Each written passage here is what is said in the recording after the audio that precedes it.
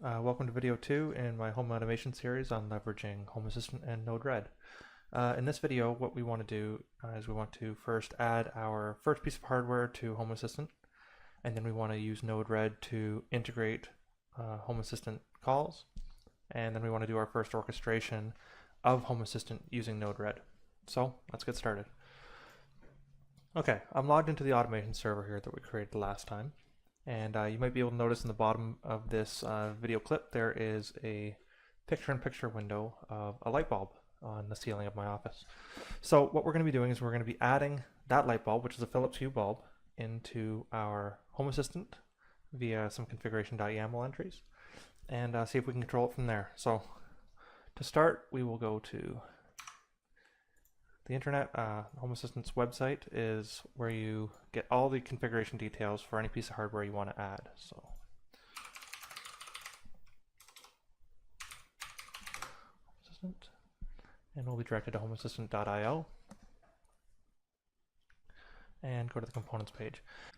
And like I was saying in the earlier videos, Home Assistant is an amazing hardware management tool. It's got a lot of support for different IoT devices and smart home devices right out of the box.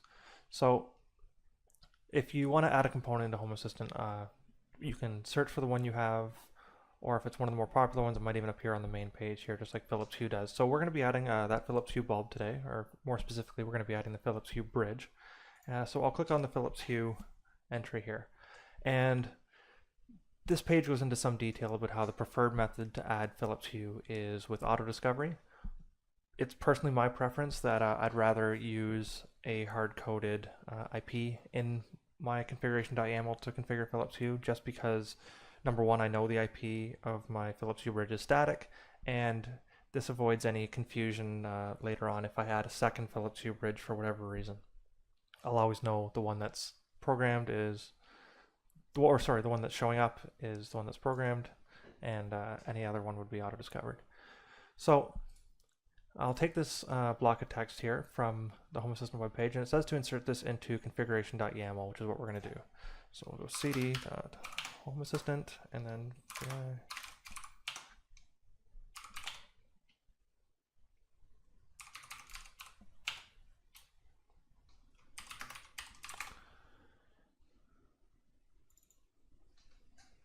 vi configuration.yaml. Okay, so this is a pretty much default configuration.yaml file here. We haven't added anything outside of what Home Assistant has created automatically, and you can see that it's got a lot of plugins already configured. So let's go down to the bottom, right below Cloud and above these additional script callouts, and we're going to add Philips Hue.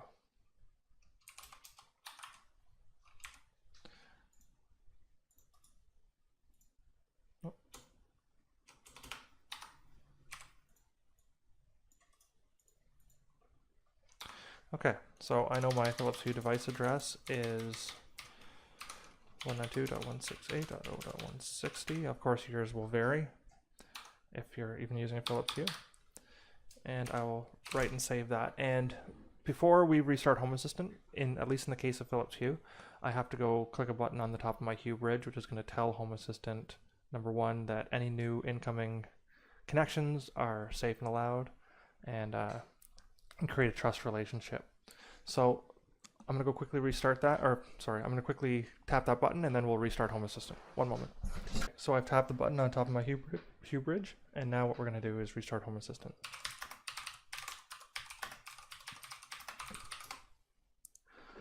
Okay, so let's go check out what Home Assistant looks like now.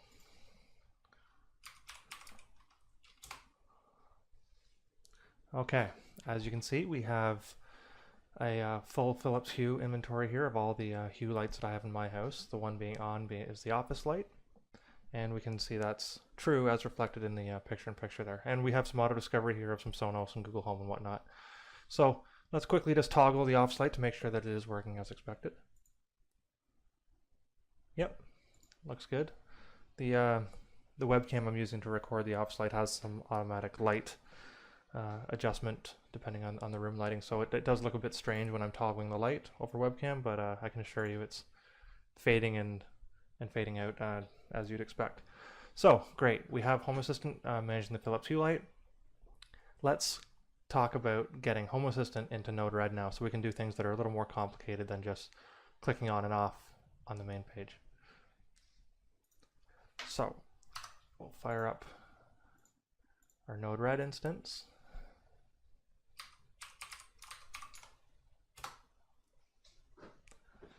And we can see down the side here, we've got all the flow elements that come with a default Node-RED installation. We want to add some elements to that. We want to add some nodes that are able to communicate back and forth to our Node-RED server without too much configuration. So we're going to go to the hamburger menu up top. We're going to click Manage Palette, and then go to the Install tab. In the Install tab, we'll type the word Assistant, and we're met with 4 possible installation nodes. Okay, so the one that I use is Node-RED Contrib Home Assistant. Be careful to choose this rather than Node-RED Contrib Home Assistant WS, which uses WebSockets. For me, this one just seems to work better, but your mileage may vary. So we'll install that, we'll confirm the installation, and we'll just wait because this takes a little bit of time.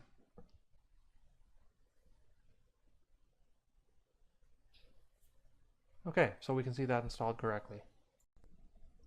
Okay, so after that installation, we can see that we've added a number of new nodes down here under the heading Home Assistant. These are all responsible for various input and output tasks with our Home Assistant interface from Node-RED. The two we're going to be focusing on today are Event State and Call Service. Now, Event State is a node that is able to lock on to an entity ID in Home Assistant, and it will report a message every time that entity ID's state changes inside Home Assistant, or anytime Home Assistant detects a state change. The second one that we're going to be looking at is Call Service, and that's how Node-RED is going to reach out to Home Assistant and tell it to perform an activity on an entity, be like turning on and off a light bulb, or speaking something over a Google Home or something like that. So let's get started with Event State. We'll drag that out onto our flow pane. And there's a couple things going on here that we can see right away. There's 2 shapes up in the corner of this node, and one is a red triangle and the other is a blue circle. The red triangle indicates that there's something about this node that isn't quite configured properly. So it'll still allow us to deploy this node as is, but it's kind of a warning saying this might not work as expected because it's missing some mandatory fields.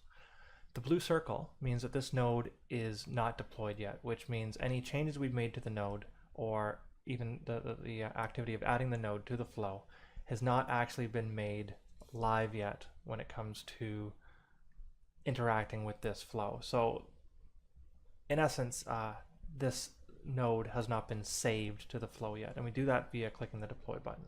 But first, let's resolve this red triangle. Let's see what it's looking for. So if we double click on the node, we can see that there's some fields. The ones that are outlined in red right now are the mandatory fields that are currently missing the data that we need. And we have one more field that's outlined in blue, which is basically just to give it a friendly name. So we'll start with that anyway. We'll call this one Office Light State Change. And okay, let's move on to the second field, which is the server. This is looking for a Home Assistant server to link to. Of course, it's a Home Assistant node, so it needs to be hooked up to a Home Assistant server.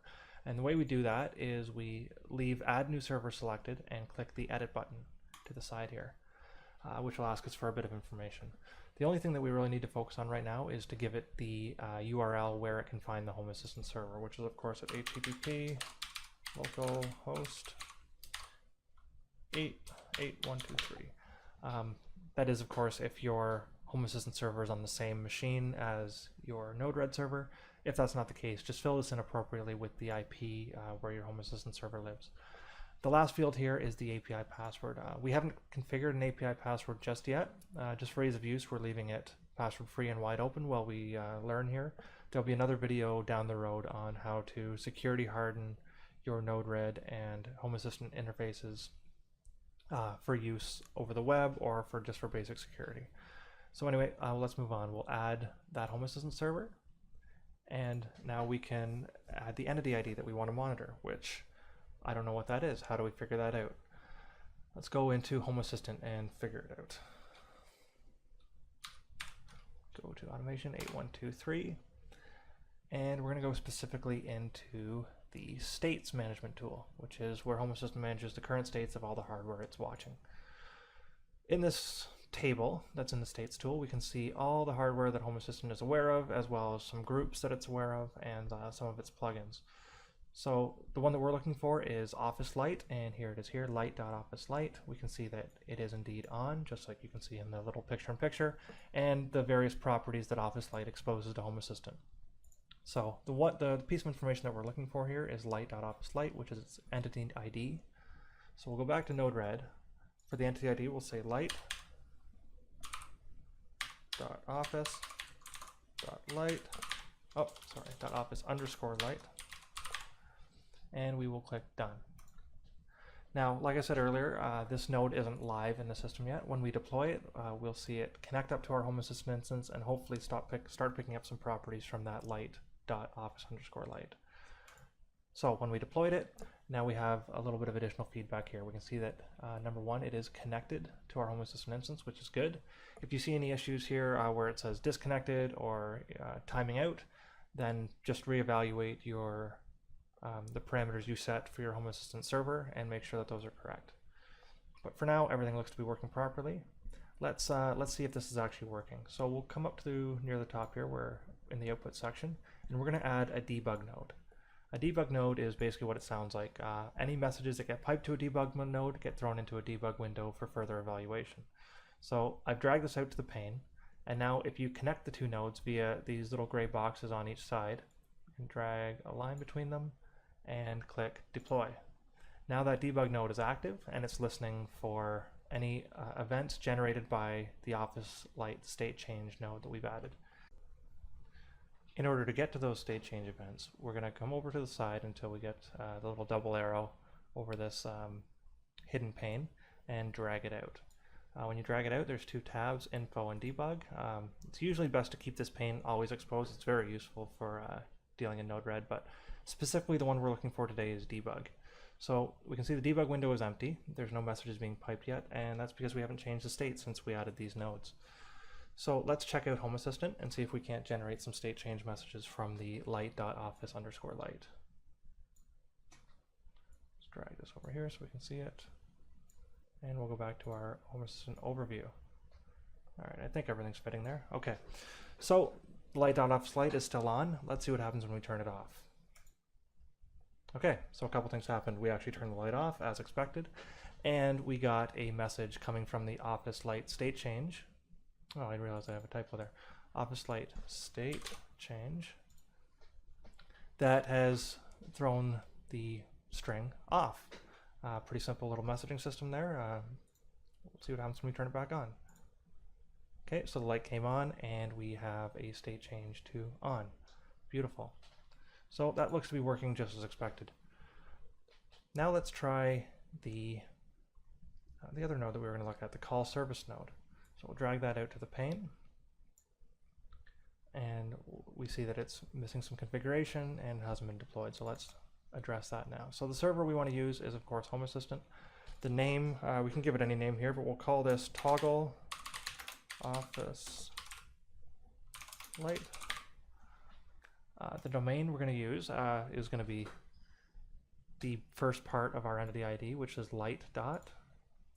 The service is going to be turn off, turn on, or toggle. We'll go with toggle. And let's enter the entity ID that we discovered earlier. So this is just going to be in simple JSON. We'll say entity ID is light.office_light. And save it like that.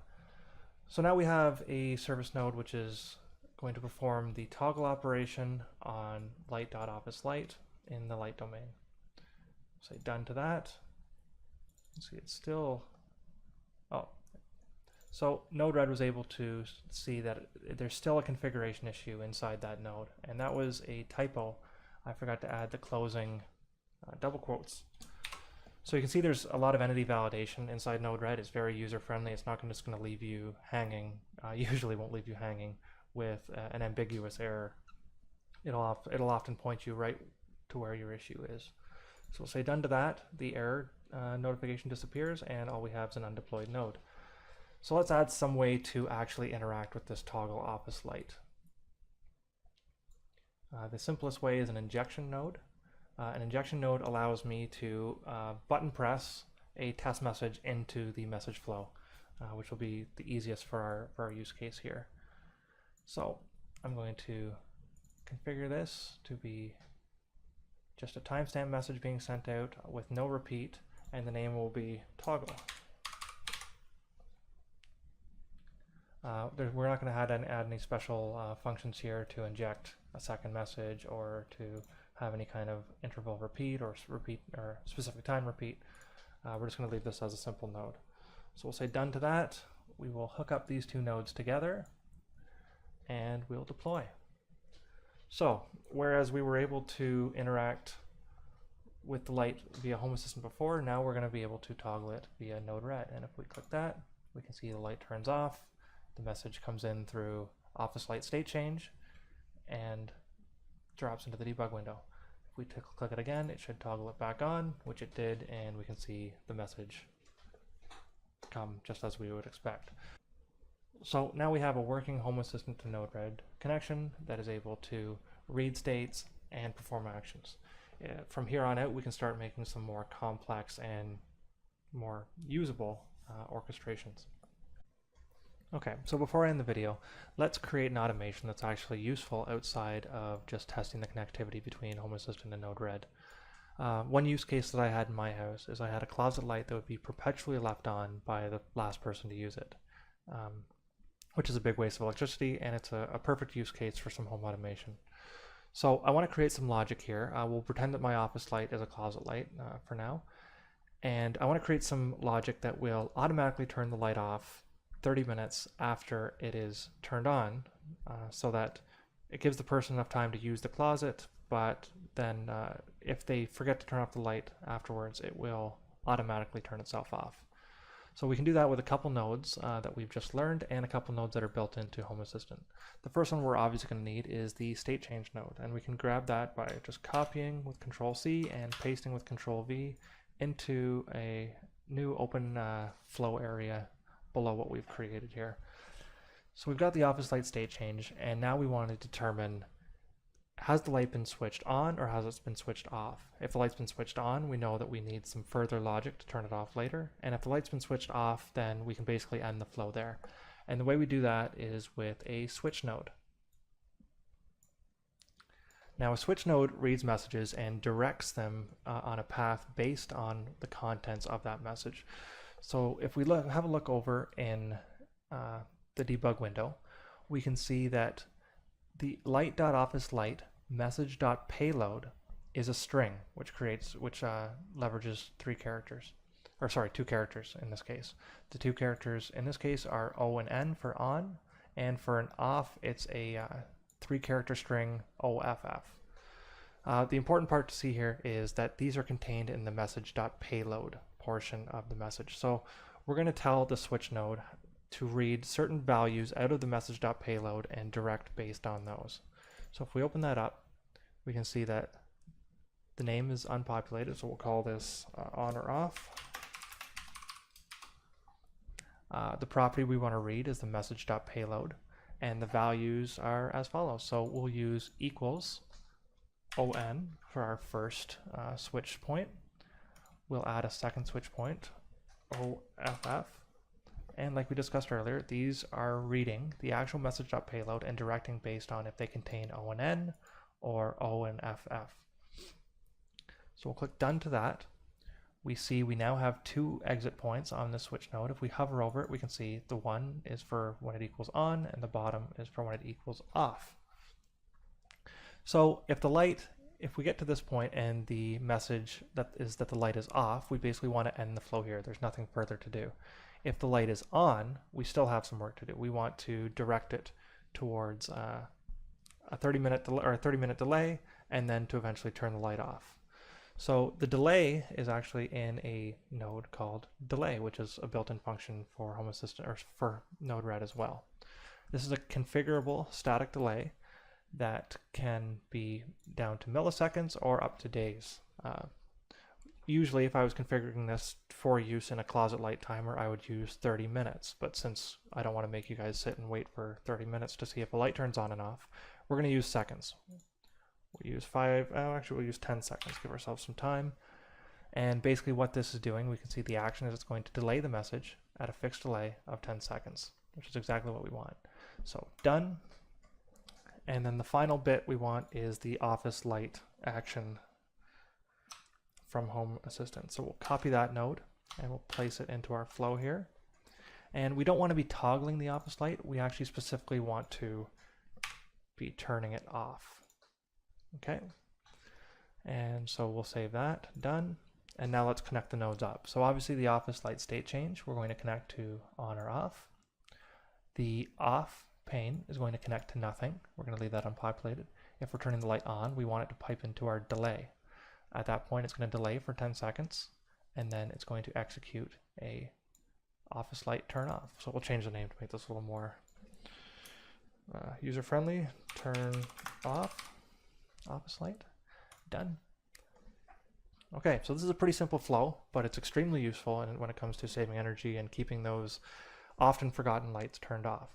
So let's start by toggling the light in Node Red to off. So this will be its basic state when it's in the home. We can see that we got the off message and nothing happened through here. Oh, especially nothing happened through here because we haven't even deployed this flow yet. Let's first deploy the flow so we're actually getting something from it. Okay, so the flow is deployed, the light is off. Let's see what happens when we turn the light back on manually from a switch. So the light has been turned on. Node Red hasn't quite realized that the light's on yet because Home Assistant hasn't told it, but it should be coming in momentarily. Manual toggle changes usually result in the bulb having to reconnect to Wi-Fi, and then eventually Home Assistant will get the picture that, oh, this light's been turned back on. There we go, we can see it. We can actually see that there is a blue circle indicating that we are in the delay node now. So it's already made the flow through the switch node and is in the delay, waiting for 10 seconds.